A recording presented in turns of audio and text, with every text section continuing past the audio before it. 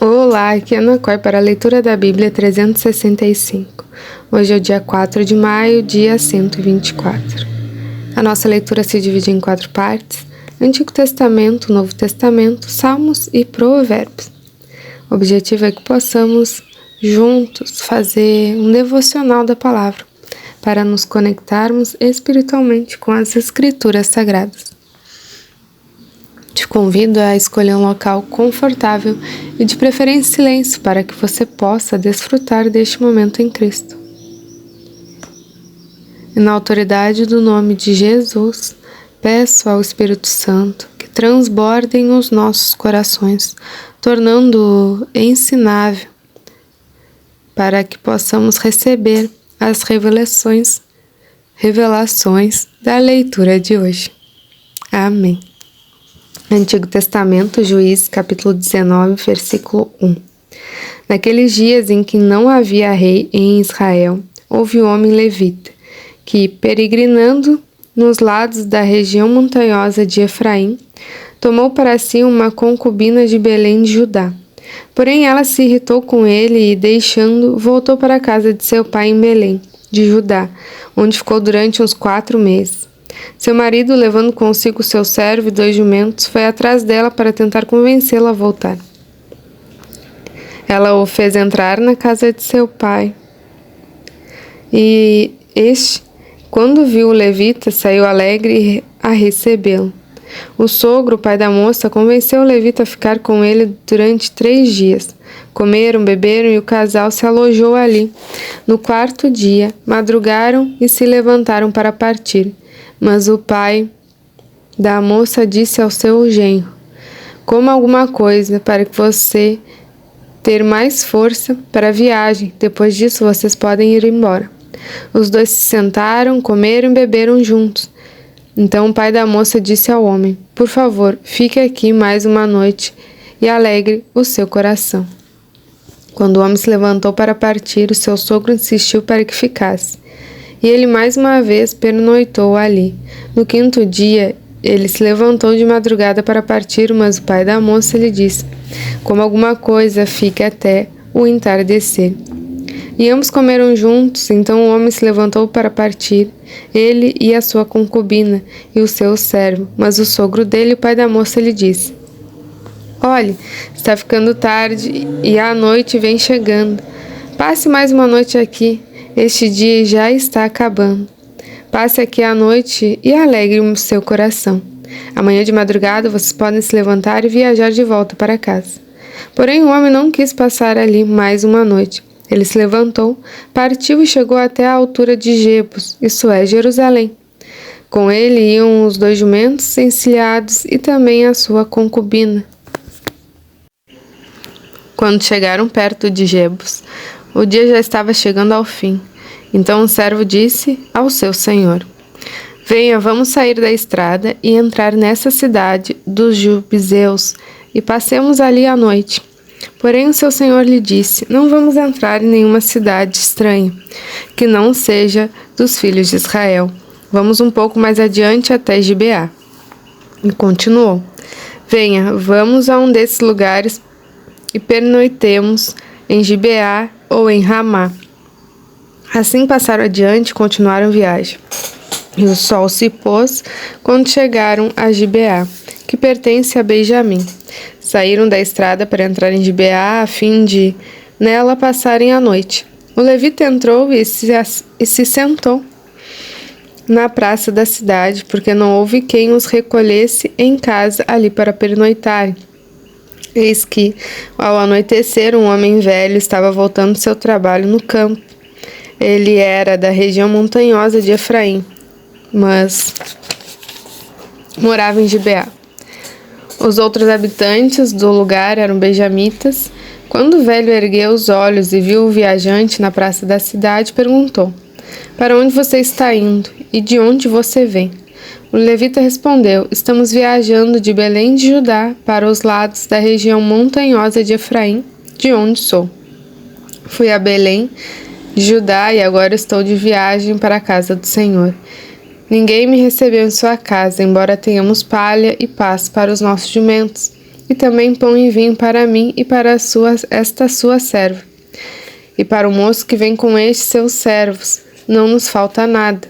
Então o velho disse: que a paz esteja com você. Tudo que lhe vier a faltar fique a meu encargo, só não passem a noite na praça. Ele os levou para sua casa e deu pasto aos jumentos. Depois de lavarem os pés, comeram e beberam.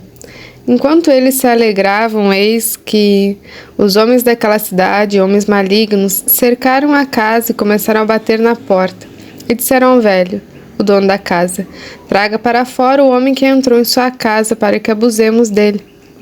O dono da casa saiu para falar com eles e disse: não, meus irmãos, não faça essa maldade. Já que o homem está em minha casa, não faça uma loucura dessa. Vejam, aqui estão a minha filha virgem e a concubina dele. Vou pôr as duas para fora e vocês poderão abusar delas e fazer o que bem quiserem. Mas não faça uma loucura desta com este homem. Porém, aqueles homens não quiseram ouvir. Então o levita pegou a sua concubina e a entregou a eles do lado de fora. E eles a forçaram e abusaram dela toda a noite até pela manhã. E quando estava amanhecendo, eles a deixaram. Ao amanhecer, a mulher veio e caiu à porta da casa do homem, onde seu senhor estava hospedado, e ela ficou ali até o clarear do dia. De manhã, quando seu senhor se levantou e abriu as portas da casa para continuar a viagem, eis que a mulher, sua concubina, jazia à porta da casa, com as mãos sobre a soleira. Ele lhe disse: levante-se e vamos embora. Porém não houve resposta, então o homem a pôs sobre o jumento e foi para sua casa. Chegando à casa, pegou uma faca e cortou o corpo da concubina em 12 pedaços, e enviou os pedaços para todas as regiões da terra de Israel. Todos os que viram isso diziam: nunca se fez uma coisa dessas, nem se viu nada semelhante desde o dia em que os filhos de Israel saíram da terra do Egito até o dia de hoje. Pensem nisso, discutam entre si e digam o que se deve fazer. Todos os filhos de Israel, desde Dan até Berseba, bem como a terra de Gileade, saíram, e a congregação se reuniu diante do Senhor em Mispa, como se fosse um só homem. Os chefes de todo o povo e todas as tribos de Israel se apresentaram na congregação do povo de Deus. Havia 400.000 soldados de infantaria que puxavam da espada. E os filhos de Benjamim ouviram que os filhos de Israel haviam se reunido em Mispa. Os filhos de Israel disseram: conte-nos como aconteceu essa maldade. Então o levita, marido da mulher assassinada, disse: cheguei com minha concubina em Gibeá, cidade de Benjamim, para passar a noite. Os cidadãos de Gibeá se levantaram contra mim e à noite cercaram a casa em que eu estava. Queriam me matar e abusaram da minha concubina, que morreu. Então peguei o corpo da minha concubina, cortei em pedaços e os mandei por toda a terra da herança de Israel. Pois aqueles homens cometeram uma maldade e loucura em Israel.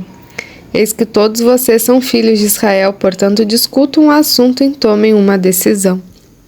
Então, todo o povo se levantou como um só homem, dizendo: nenhum de nós irá para sua tenda, e nenhum de nós voltará para casa. Mas isto é o que faremos em Gibeá, um sorteio para ver quem atacará a cidade. De todas as tribos de Israel, vamos separar 10 homens de 100, e 100 de 1.000, e 1.000 de 10. Para providenciarem mantimento para o povo, a fim de que este, indo a Gibeá de Benjamim, faça a ela conforme toda a loucura que se fez em Israel. Assim, todos os homens de Israel ajuntaram como se fossem um só homem contra essa cidade. As tribos de Israel enviaram homens por toda a tribo de Benjamim, dizendo: que maldade é essa que foi feita no meio de vocês?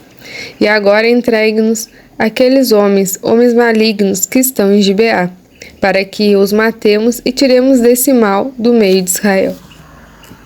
Mas os filhos de Benjamim não quiseram ouvir a voz de seus irmãos, os filhos de Israel. Ao contrário, vindos de suas cidades, se ajuntaram em Gibeá para saírem à guerra contra os filhos de Israel.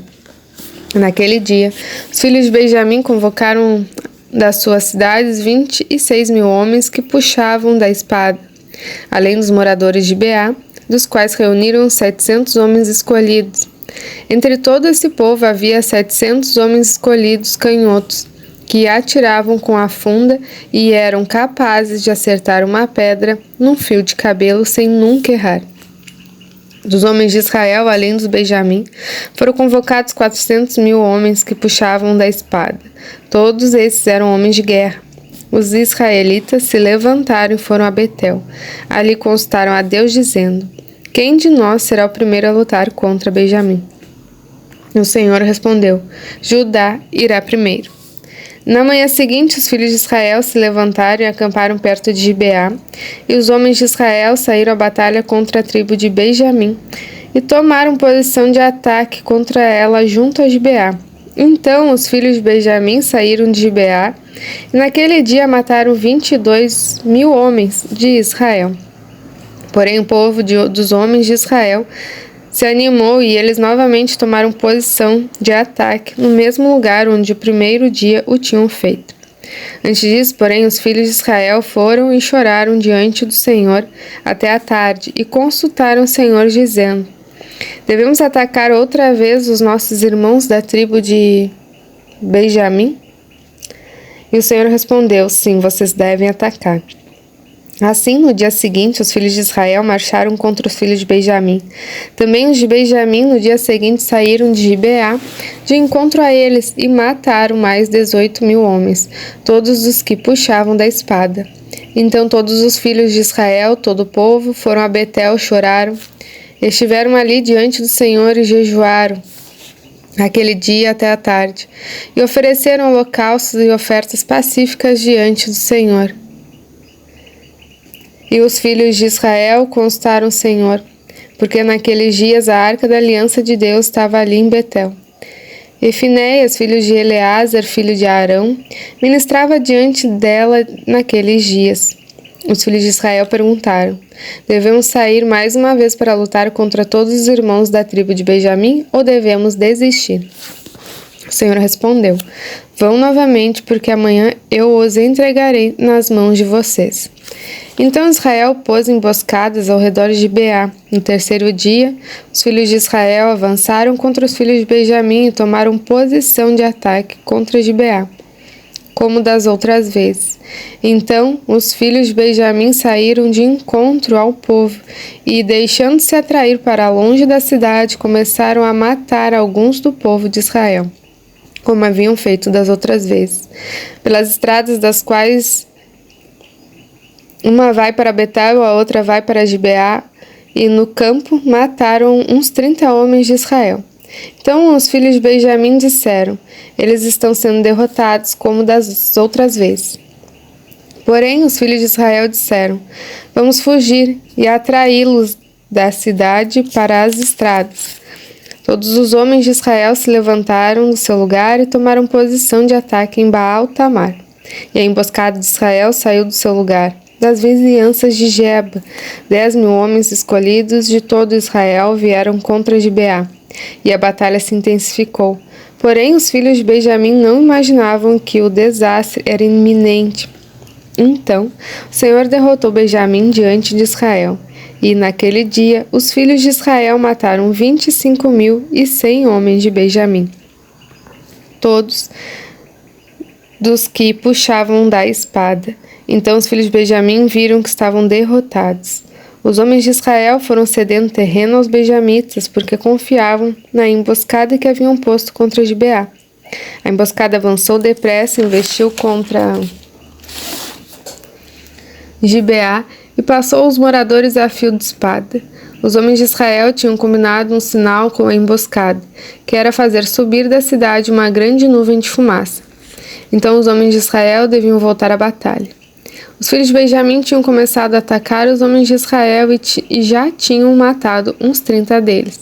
E diziam: com certeza eles já estão derrotados, como na batalha anterior. Então a nuvem de fumaça começou a levantar-se da cidade, como se fosse uma coluna. Os filhos de Benjamim olharam para trás e eis que a fumaça da cidade subia para o céu. Os homens de Israel deram meia volta e os filhos de Benjamim ficaram apavorados, porque viram que o desastre era iminente. Eles viraram as costas para os homens de Israel em busca do caminho do deserto, mas não puderam escapar da batalha, e os que vinham da cidade os destruíram no meio deles. Cercaram os filhos de Benjamim e os perseguiam, e onde repousavam ali os alcançavam, até diante de Gibeá, para o nascente do sol. Os filhos de Benjamim foram mortos 18.000 homens, todos esses homens valentes. Então se viraram e fugiram, e na direção do deserto, para a rocha de Rimom. E ao longo do caminho os filhos de Israel ainda apanharam mais uns 5.000 homens. Seguiram-nos de perto até Gidom e mataram mais 2.000 homens. Naquele dia morreram 25.000 homens, os filhos de Benjamim, todos eles homens valentes que puxavam da espada. Porém, 600 homens viraram e fugiram para o deserto, para a rocha de Rimom, onde ficaram 4 meses. Os homens de Israel voltaram para os filhos de Benjamim e passaram a fio de espada tudo o que restou da cidade, tanto homens como animais, tudo o que encontraram. E também puseram fogo em todas as cidades que encontraram.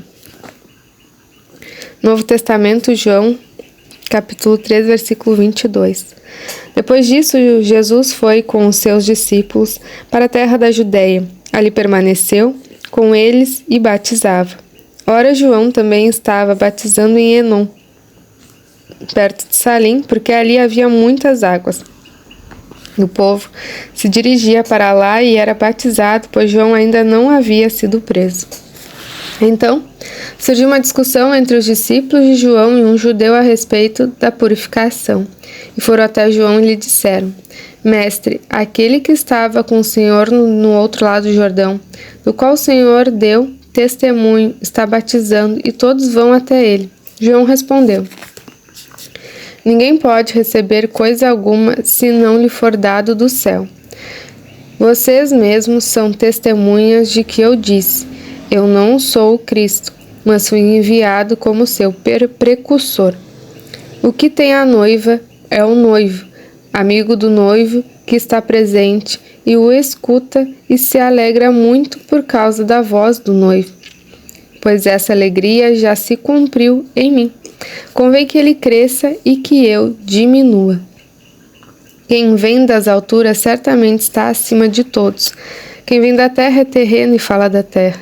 Quem veio do céu está acima de todos e dá testemunho daquilo que viu e ouviu. Mas ninguém aceita o seu testemunho. Quem, porém, aceita o testemunho que ele dá, certifica que Deus é verdadeiro. Pois aquele que Deus enviou fala das palavras de Deus, porque Deus não dá o Espírito por medida. O Pai ama o Filho e entregou todas as coisas nas mãos dele. Por isso, quem crê no Filho tem a vida eterna. Quem se mantém rebelde contra o Filho não verá a vida, mas sobre ele permanece a ira de Deus. Salmo 104, versículo 24. Que variedade, Senhor, nas tuas obras. Fizeste todas elas com sabedoria. A terra está cheia das tuas riquezas. Eis um mar vasto e imenso, no qual se movem seres sem conta, animais pequenos e grandes. Por ele transitam os navios e o Leviatã que formaste para nele brincar. Todos esperam em ti, que lhes dê de comer a seu tempo. E lhes dás, eles o recolhem. Se abres a mão, eles se fartam de bens. Se escondem o rosto, eles se perturbam. Se lhes cortas a respiração, morrem e voltam ao pó. Envias o teu Espírito, eles são criados, e assim renovas a face da terra. Que a glória do Senhor dure para sempre. Exulte, ó Senhor, por todas as suas obras. Com um só olhar para a terra, ele a faz tremer, toca as montanhas e elas fumegam. Cantarei ao Senhor enquanto eu viver. Cantarei louvores ao meu Deus durante a minha vida. Seja-lhe agradável a minha meditação. Eu me alegrarei no Senhor. Desapareçam da terra os pecadores, que os perversos deixem de existir. Bendiga minha alma, o Senhor. Aleluia. Provérbios, capítulo 14, versículo 22 e 24. Por acaso não se afastam do caminho os que planejam o mal? Mas haverá amor e fidelidade para os que planejam o bem. Em todo trabalho há proveito, meras palavras, porém, levam à pobreza. Para os sábios a riqueza é coroa, mas a tolice dos insensatos não passa de tolice. Terminamos mais uma leitura diária. Muito grata por este momento em Cristo. Compartilhe esse vídeo com os irmãos e as irmãs que você se lembrou durante a leitura. E lembre-se, se inscreva no canal para receber as notificações diárias. Tem que clicar lá no sininho, viu? Tenha um extraordinário dia. Deus abençoe você e a sua família e até amanhã.